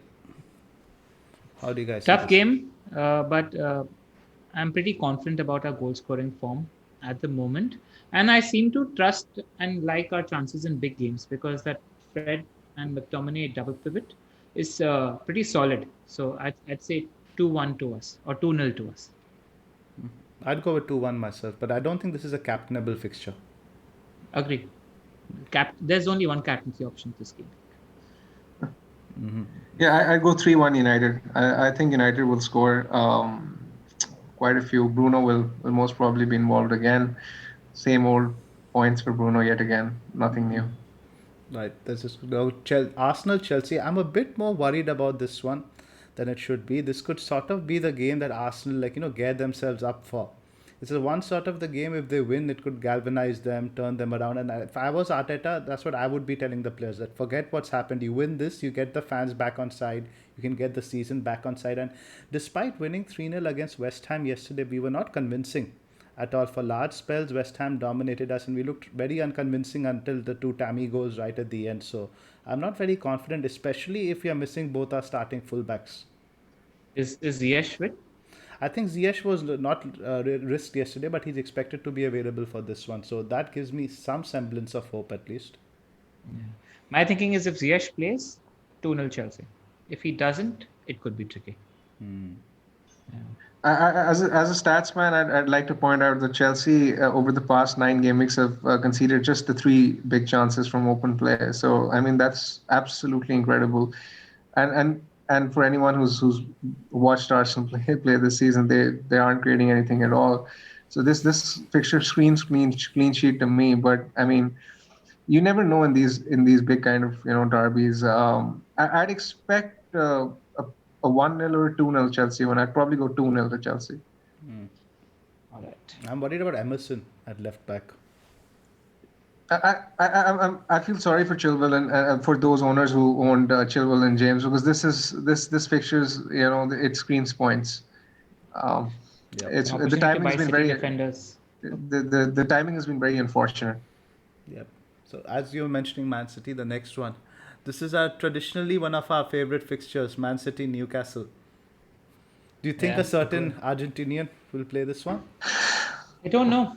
Haven't gone there as yet. But The worry, and he played 0 minutes, right? So I want to see how many minutes he plays tonight in the cup game before taking that call. But I'd say 3-0 to 3-0 to Newcastle. Newcastle Seen it to Man are City. City. 3-0 to Man City. Again, I did that wrong. I seem to be doing that every week. But Newcastle are absolutely atrocious. They fluked a win against Fulham, who I thought played really well against them. So they're just not convincing me at the moment. So 3-0 to City. Mm. I'd agree with that, probably 2-0 Yeah, or 3-0. I'm gonna go with a 3-0 as well. Do you think KDB is a valid captain shout? I think probably the second best this week after Salah. No, that's Sadio Mane. Interesting. Mm. Yeah. Yeah. I don't trust. I mean, City need to do it once. Just worth mentioning that stat. I think David wrote a nice article on the Scout where actually in the last 4 game weeks, Liverpool have created lesser chances than Manchester City. It's just that their finishing is a lot better compared to Manchester City. So, great school of finishing in that game against Crystal Palace. Palace. All Yeah, really, really well that was taken that was goals. insane. Salah created one chance and had two shots. All three converted. Really good finishing. Even the Minamino finish, even the Firmino finish, school of finishing that game. Yep, and Klopp complains about early kickoffs. Right. So Liverpool West Brom. Big win, or do you think something like a 2-0?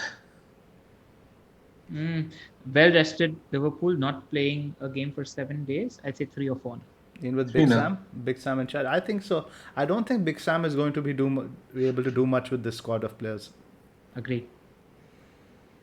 2-0, 3-0. Yeah, 3-0, 3-0 in my opinion. Yep. I think this Even before Liverpool got the red card against Villa, they weren't Aston Villa all over West Brom. So not looking convincing for them. Absolutely. So now this one is a bit tricky now. Wolves Spurs. I'm finding this one hard to read now. I always back Wolves to bounce back after a loss. So I don't know. And at home, like Bakar said earlier, they have been better. So and Spurs are all over the place after the last 2 games. How do you see this one going? Bakar? Sorry, what were you asking? Wolves Wolves Spurs. versus Spurs. Well, Spurs, I'd expect a 1-1. Yeah, I don't think Spurs will score too many, even though Wolves have been leaky with ever since they've reverted to this for the back formation. I see Nuno keeps changing from 3 at the back to 4 at the back, so I'm not sure what's going on defensively at Wolves. I'd expect like a 1-1 type game. Both teams to score. I'm going 2-0 Spurs. I think Wolves' performance against Burnley was quite defining, and I think Spurs will be motivated after 2 back-to-back losses. Going 2-0 Spurs. I'd agree with you. I think 2-0 or 2-1 to Spurs. Yeah. I could see Son doing something in this game. Because the main problem with Wolves, what I've noticed, their right side centre back pairing has been a problem of late. Because Semedo has been very poor on that right side, and now we need somebody on that right side to really shut down Son. Like what James and Justin and Albrighton did. Needs that sort of performance now. The problem is the right centre back role is usually Bolly's. Now Bolly is injured or what, I don't know. Kilman was No, quite poor. he's out of form. I think he was on the bench yesterday. Yeah, he was on but that might have been due to his injury, which he picked up the game prior. I don't know about that. So, but that is an area of concern for me. That right side for Wolves. So, expecting Spurs to get some points. Agreed. Right now, let's look at the game week right after, which starts literally in 2 days after that. But just talk about captaincy very quickly. Anybody want to say anything else except Mo Salah? Nope. I think it's pretty resounding for Salah. I mean, De Bruyne is the only one I'd remotely consider, but like I'm going to go with Salah myself. Yep. Agreed. I wouldn't go near the Spurs lads for captaincy for this fixture. Yeah. Let's talk about game week 16. Yep. Let's start with the Chelsea Villa. Now keep in mind that Barkley, even though he's back, he can't play this one. So I do think I fancy Chelsea in this one. We can have Aspie doing a job on Grealish. Maybe we could win this maybe 2-1, 2-0. Yeah, I'd say Chelsea winning by 1 goal. Yep. I'm really looking forward to actually watching this game because Villa's attack has been on form, and I just quoted how well Chelsea's defense has been doing. So I'd like to see how they cope against a big team. I'd probably say 2-1 to Chelsea. The problem with Villa is they'll create a lot of chances, but there aren't many good finishers in that team. So that's the problem. Right, because and we aren't conceding too many chances. So when you concede chances against Chelsea, you have to take them. That's a tricky thing. So next one, Everton, Man City. Carlo I versus call Buck. 1-1. This is a very tough game to predict, actually. Hmm. I'd probably go 1-0 to City. I think I agree with you. I think Carlo is going to be quite defensive in this one. He's going to be content to let City have the ball, sit behind, play on the counter, and it's all going to come back to DCL whether he can offer some aerial threat or Richarlison if he can run against that City defense. But I think 1-0 or 2-0 to City. I Again, think they look pretty tight with 4 CBs at the back, and City haven't looked convincing in attack yet. So yep. So again, this is probably one of the trickier fixtures to call this week because I really don't know how that one's going to go. Right, which other fixtures? Let's have a look at Man U Wolves. Do you think Bruno is a captain option here? nope. Harry I Kane's a better mean, call. Wolves, I never feel comfortable captaining a player against Wolves. Even though I'd expect Bruno to get some points in this week, I don't think he's a reliable shout. I would rather look elsewhere to maybe a Spurs asset or Salah. He's going to feel at home though with all his Portuguese I teammates. was just on about the to Yeah, say yeah, that. yeah. He might want to go to impress his Portuguese lads. Was his first game for United as well, Wolves. Yeah, Yeah. did he get an assist? No, he didn't get an assist. I think. No. Hey, he looked sharp that game. That's all that happened. Yeah. 1-1, I remember that game. Yeah. Now, Spurs Fulham. Are we going to see a Scotty Parker masterclass against his old club? Possible, huh? If you think about it, but this just feels like a Harry Kane kind of game to me on paper, where Fulham are going to sit deep, wait to counter athletic team like we saw against Liverpool, and Kane is going to be taking some shots in this game, and on Yep. the form that he is, I expect a goal or two. I'd agree. This is Goal. probably a better captaincy fixture for Kane rather than Son. Yeah. I'd agree with you. This is why I think if I owned Son, I'd still probably look to captain Salah the next fixture. Now, Newcastle versus Liverpool. Agreed. Do you think Kane is a better captaincy option compared to Salah? It's dodgy, right? Because that's what I sort of thought maybe even this week against Palace. Maybe like Salah didn't start, he just came on score. But Spurs, I don't know. I still worry about Spurs against these bus parking teams. No, I think Salah is the much better captaincy option compared to Spurs. I missed out completely that Liverpool have Newcastle in Gameweek 16. It's more back-to-back camp. I think it's a I'm much- going to go with Mo as well. I like. Yeah. I don't think I've captained a forward this season. Actually, maybe once. I don't remember. I like captaining midfielders anyway, so I'm almost definitely going to be captaining Salah in this one. So let's Zoph? just. I think so Kane too. versus Mo. I think I'd go with Salah. I trust the Egyptian a lot more. And I do think, but Newcastle, Liverpool, does it scream a lot of goals to you? It's again going to be Steve Bruce parking the bus. Yeah, but they're terrible at it. But- They don't park really That's the well. benefit. So- I mean, when I look at Newcastle, I mean, when I look at how they've coped against the bigger sides this season, I remember them conceding 4 to United. They conceded a ton amount of chances against Chelsea, which Werner seemed Yeah. to miss. So I mean, I'm sure Liverpool are going to get plenty of opportunities, and given the form that Salah is, and I'd be very surprised if he is in the points. Right. So you guys, I think, all on the Salah over Spurs assets for this week. Yeah, I think 3 of us have been agreement all throughout the board this week. Interesting. Yes, sir. Cool. That's it. Then let's now move on quickly to Bakar stats. You're up front, big man. Yeah, so I have 3 stats for you this week. The first one is on Timo Werner. So despite being second for big chances and fourth for shots inside the box amongst forwards, Werner has failed to manage to score a goal over the last 6 game weeks. In isolation, his stats look great, but as you can see when you watch Chelsea's, his confidence is short, and he seems to miss basically every other big chance that comes his way. As we alluded to earlier in our conversation, I don't really think he's worth the price tag, and he's not really someone I'd consider keeping, even despite the fact that he has a double game week coming up. So I'd advise selling. The second stat I have is on Kufal. We were talking about the West Ham defense earlier, so I wanted to bring this up. Over the past 6 game weeks, Kufal is second for chances created and big chances created amongst defenders. So his attacking threat has been noticeable. He's only 4.6 million, but the main catch with him is that as Lateriser was discussing with me earlier as well, that he has the probably the best double game week fixtures coming up of all the cheap defenses. Burnley and West Brom at home. I mean, you can't ask for better fixtures than that.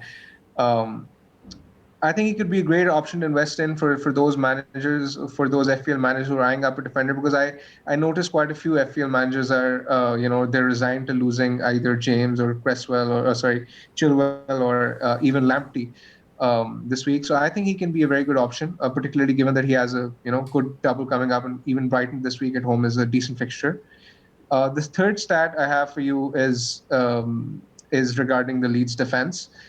Um, they've continued to decline defensively over the past few game weeks. They're now averaging 4.75 big chances per game during the span of the past 4 game weeks, compared to 2.3 big chances conceded in the opening 10 game weeks. So basically, what I'm saying is that they're conceding more than double the big amount of chances that they used to of late.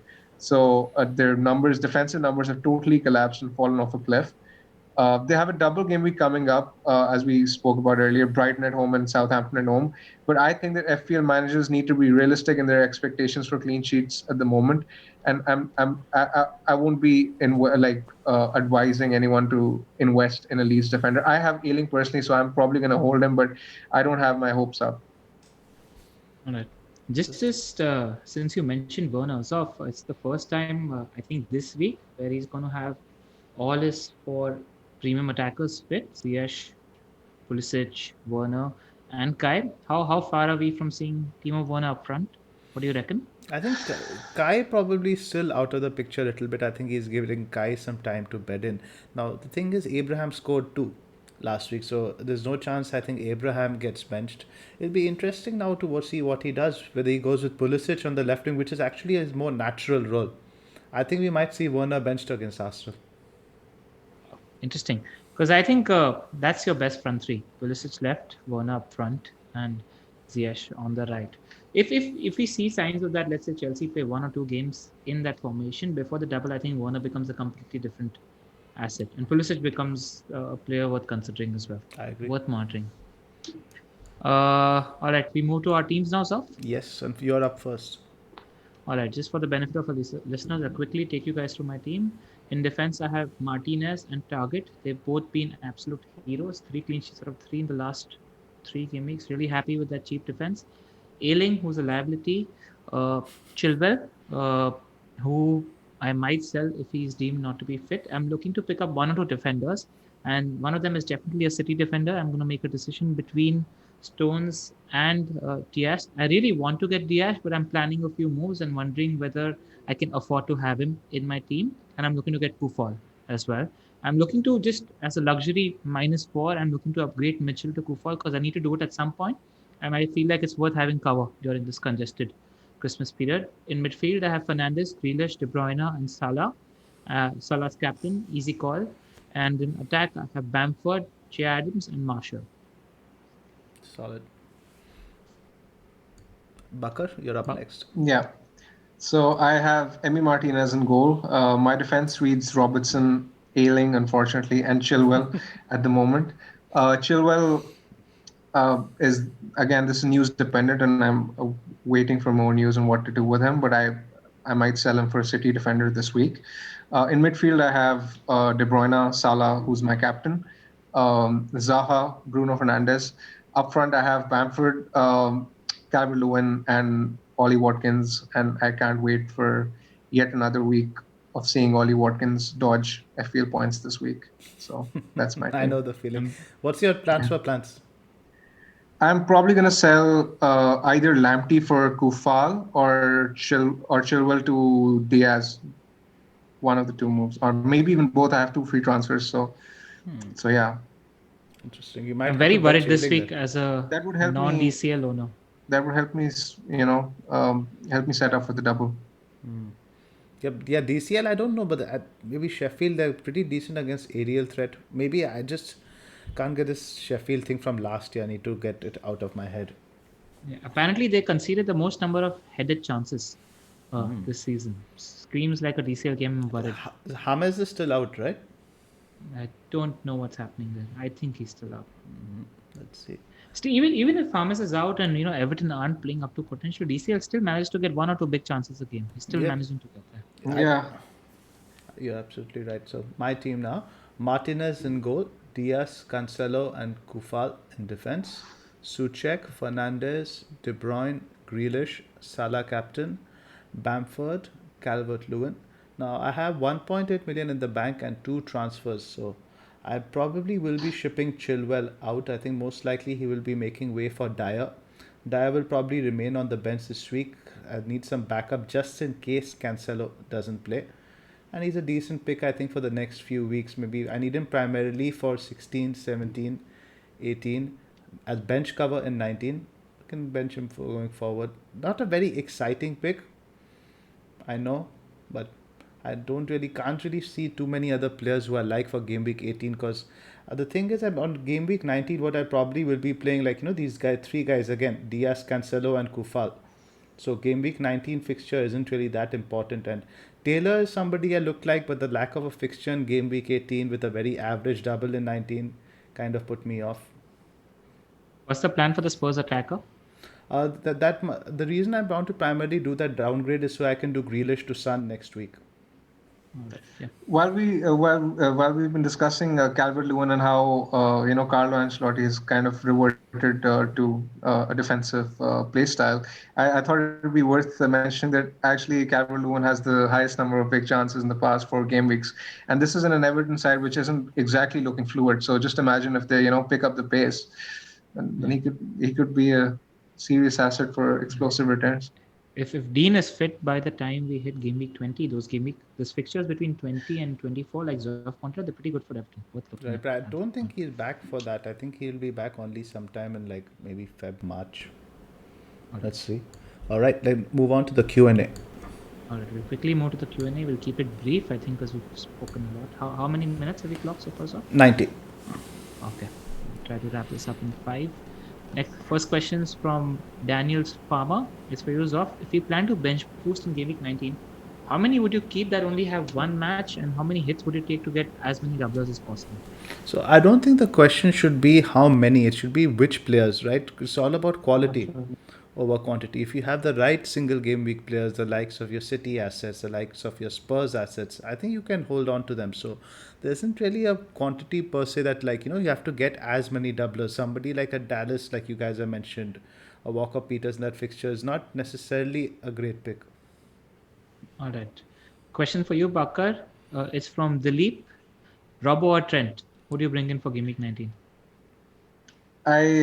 I had to make this decision a couple of weeks ago myself, and I bought Robertson because he's been outstatting Trent over the season, which is why I picked Robertson. And I was looking at the numbers against Palace as well. Robertson created almost double the number of big chances. Double the number of chances that Trent did, and he was more involved in the final third. So I don't regret it. I would pick Robertson any day. Cool. Outstanding. Just like what? Next questions from FPL Rhinos. I'll take this one on. Bit of a different one, that it's kind of looking back rather than forward, but was selling Salah for a hit, a bad play. If you're convinced that the guy you're bringing in is going to smash it, does that make the gamble worth it, or is it better to just ignore these team leagues? I thought it was worth addressing this. Rhinos is a good friend of ours. Yeah. I just thought it was a bad beat. I thought if you got pretty strong news, that Mane was going to start and Salah was going to be benched. You don't, and he was actually planning on getting Salah back next week. It's a play worth taking, and you just got a bad beat. You brush it off and move on as much as possible. You don't expect Salah to get the returns he did in 20 minutes normally, so just brush it off. Next question is for you, Zoff. From now until game week 19, if there was one team you had to go without, which would it be? City in brackets KDB or Spurs in brackets Son? This question is from a friend of the pod, Trust United. It's a tricky question now. I think there are 2 aspects to it. Now, KDB is 2 million more than Sun. So there's a question of where that 2 million you could invest to improve the rest of your team. And B, the question comes down now to captaincy. Are you looking to captain Son in any of those fixtures where you would not be probably captaining KDB? See, the thing is now I see that KDB is probably not captainable in away to Everton, away to Chelsea, and those 2 weeks you have I think Son playing Leeds and Fulham. So there are alternate captain options available those weeks. There are Salah plays Newcastle away, Southampton away. I think those are alternate fixtures. You could look to captain Salah. He could outscore the likes of Sun there. So I don't think it's clear. But what really swings it to me towards KDB and maybe you can is the game week 18 fixture. The game week 18 fixture, he's by far the most standout captain because Spurs are away to Villa. I think that's a tricky fixture.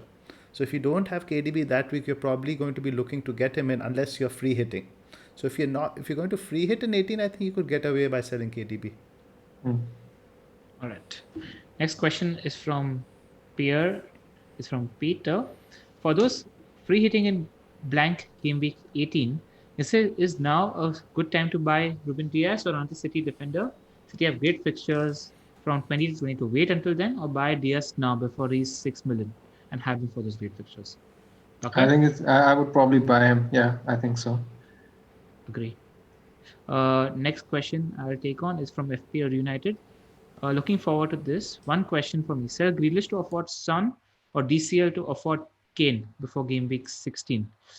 Tough question. I don't think you sell either this week. See how form looks. I probably I feel like Kane is the better player to have for game week 16 against Fulham, and Son is the better player to have against Leeds. Ideally, you want both for the Leeds game. I think there are points there for the taking. Put on the spot, sell DCL to afford Kane. I disagree. Yeah, it's a tough one. It's a really tough one. I think it's the fixtures, right? You look at Villa's fixtures. Villa is Chelsea away, United away, Tottenham at home, and then after that is Burnley away, Southampton away, or something like that. So these are all and Everton. I think so. These 6 fixtures for Grealish, I think, aren't really that great. It's purely a fixture play. Yeah, but he got his best haul against Liverpool. That's something. That's worth mentioning. His best friend Barkley is in play as well now. That's fair. So it's I don't know if it's that easy a call. It's a really tough call. I'm glad he has 1 week to. It's not an easy call, but I would go Grealish. I would sell Grealish. Yeah. Also depends maybe on his chip strategy, right? Because if he's let's say not playing a chip in 18, then Grealish is more useful than let's say if he's free hitting or something in 19. Like it depends on that as well. It's a tough call. Like even if Zoph says, I mean, I don't have a very strong disagreement there. I think it's that close a call. Actually, now that I think about it, I actually agree with you because the captainable fixture for Kane is Fulham. But in the game week where Kane plays Fulham, we have Salah playing Newcastle, which is a standout captaincy. So in that case, the real captainable fixture for Spurs is the Leeds game, and that's where you want Son. I agree with you now. Just had a little thought there. Alex, the next question is from Alex Ball. Alex, what a baby. This one's for you, Zoph. For those wildcard in game week 15 or 16, which single game week player would you hold? Spurs and City. Agree. We've discussed this a lot. Next question is just something all three of us can take on. It's the last question of the day. It's from FPL Euphoria. Looking for reasonable differentials in midfield right until mid-January. Any suggestions for us? Rafinha. He's the one. one. Yeah, he's the one which comes straight to my mind. Maybe Walcott. Yeah. Rafinha, Walcott, and Sadio Mane. These are the 3 names that spring up to my mind. I think Mane is I think people who might go Mane right now might benefit a lot. It's a gamble worth taking. Just got a feeling there. Absolutely. All right, that's it. I hope you guys enjoyed our discussion on the blanks and doubles. I mean, 17 minutes on that. I mean, we are hoping that helps you set your chip strategy. Now is the time to make gains on everybody else. Just plan. Look at the fixtures and plan. And see you on the other side. Don't forget to like and subscribe and share. Bye-bye. Thank you. Bye-bye. And Thank you for watching. Merry Christmas. Happy holidays. Merry Christmas.